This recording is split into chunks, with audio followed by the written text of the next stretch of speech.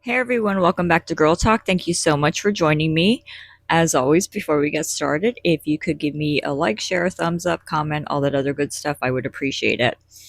So today I just want to do a rundown of the free Mackenzie Shirilla Facebook page. And if you haven't checked it out, please feel free to do it.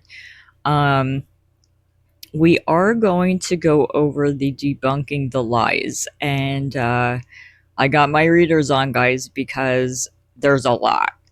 Um, but I just also want to mention that there is a give, send, go. That as of right now, there's $5,827 in that account. I don't know who would contribute, but okay. I did look through and scroll down just to save you some time. There's a lot of videos. There's some things from Crime Circus. There's text messages between her and Dom. There's also a message from Mackenzie, which it's kind of funny because when you read the message, she sounds like this innocent little girl that never did anything wrong, and you know it's bullshit. But here we go. So, debunking the lies. Number one, I don't like her. She seems like an entitled brat and her vibes are off. Those are opinions, not facts. If we convicted everyone we know based on that, then the majority of the world would be in prison. Number two, she was old enough to make a decision about having a bench trial. She was barely 18 and relied heavily on the guidance of her crap lawyer. Also, she was old enough to make a decision about that very important moment, but too young to decide she could live with Dom. And her parents should have done better because she was a child and needed help getting on the right path in life. Pick a lane. Number three, she's not remorseful. She spent months laying in bed before finally going out in public. Who knows what she was like or how she was grieving? Everyone processes grief differently. No one knows how often she cried or expressed grief unless you were with her. And convicts riding the wave of this new documentary are not credible sources, especially by their own admission. They state they didn't know her. They just saw her around the prison.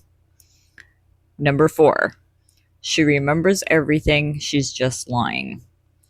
It's very common before and after traumatic events not to remember anything leading up to or after an incident. She always maintains she doesn't remember and could have easily lied and made up a story, but she didn't and hasn't. Number five, the guys were asleep in the car. Davion was casually texting a friend while they were on that road. He wasn't sleeping.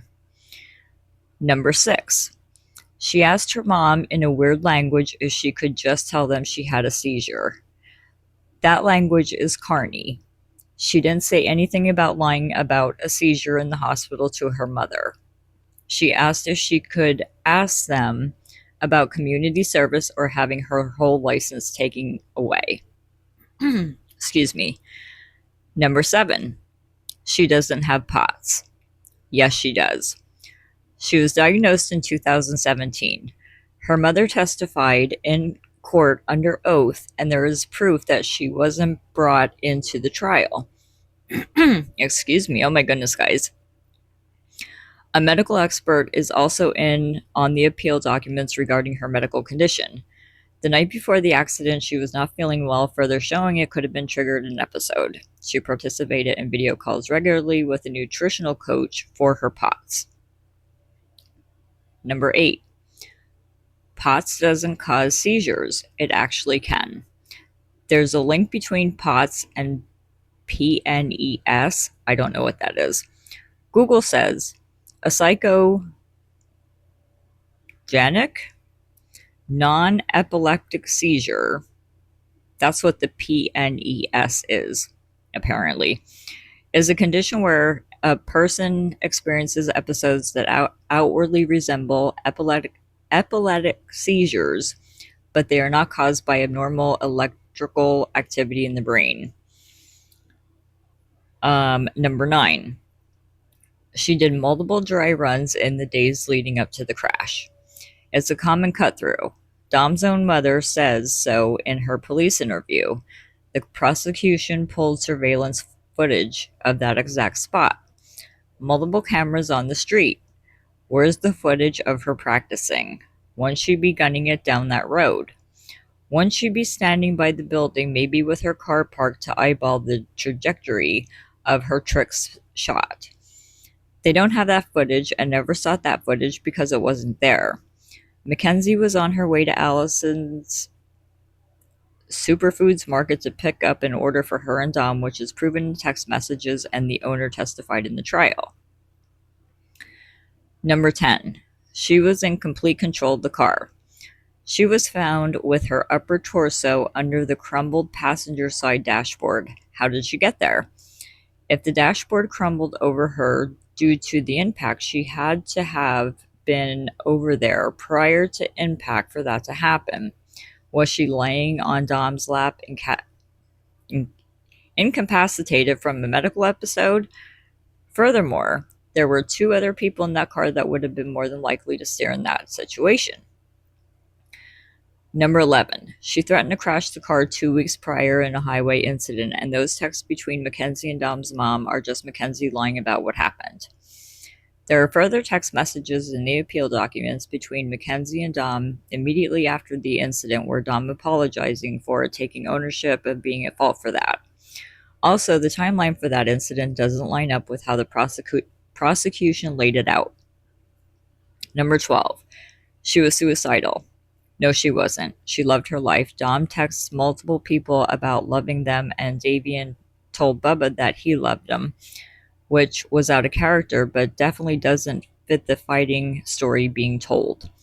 She also wore her seatbelt.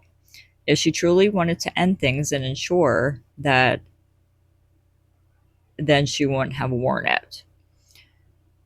13. You do not have to disclose POTS on a driver's license, and you can legally drive without restrictions unless directly told otherwise. 14. Laughing on the phone. People handle stress different. We heard disbelief and hope that maybe with a large reach they could get help. It honestly has nothing to do with this case, just more character assassination. Can't talk, guys. It's been a long week, I'm so sorry. Anyone that wants to listen to other people's phone calls needs to take a look at themselves. Number 15. She dressed as a corpse on Halloween. They were dressed like Playboy Cardi for Dom because they all had plans to go to that concert prior to the accident. 16. Let's not forget they woke her up to head back. Nothing was planned. Number 17. By all accounts, everyone said Mackenzie and Dom were happy and getting along leading up to the accident. Her family member also testified in the trial about the relationship in the days leading up to the accident. Everyone at the party that night/morning said everything was fine. Number 18. Getting her license renewed after the accident. She needed it to apply to an online college. She needed ID, and instead of switching her license to a state ID, she just renewed what she had currently had. We are not her parents, and they have nothing to do with this page. So, I wanted to read that to you. Bullshit. That's Natalie. And 3 days ago, I wanted to read you this, and we all heard about the appeal. Here is their explanation of why the appeal failed. The appeal that was recently denied was only appealing the 1 day late denial. It had nothing to do with the conviction/innocence/guilt at all. It also had nothing to do with the information in the appeal itself, and there are still more avenues to take. It's not over. We just wanted to clear up all that information surrounding that.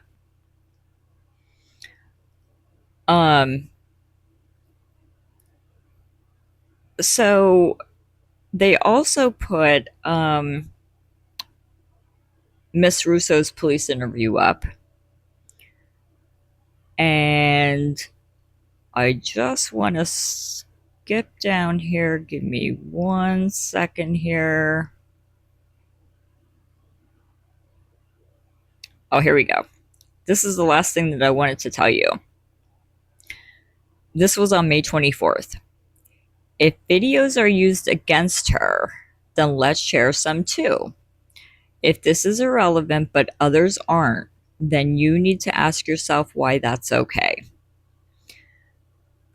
So let's talk about this for a second.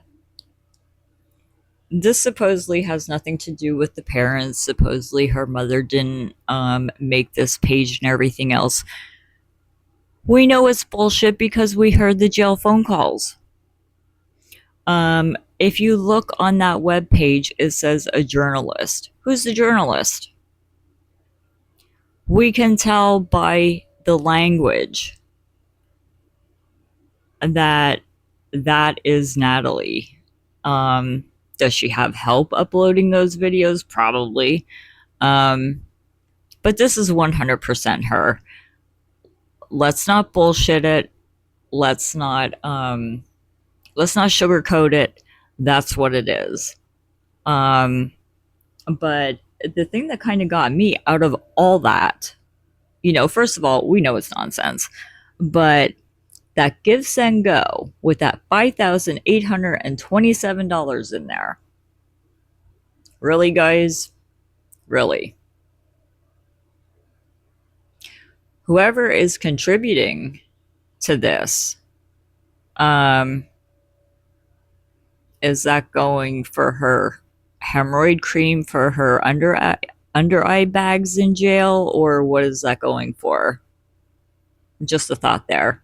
So I just wanted to hop on real quick and give a quick read, and we will talk soon. Thanks, guys. Bye.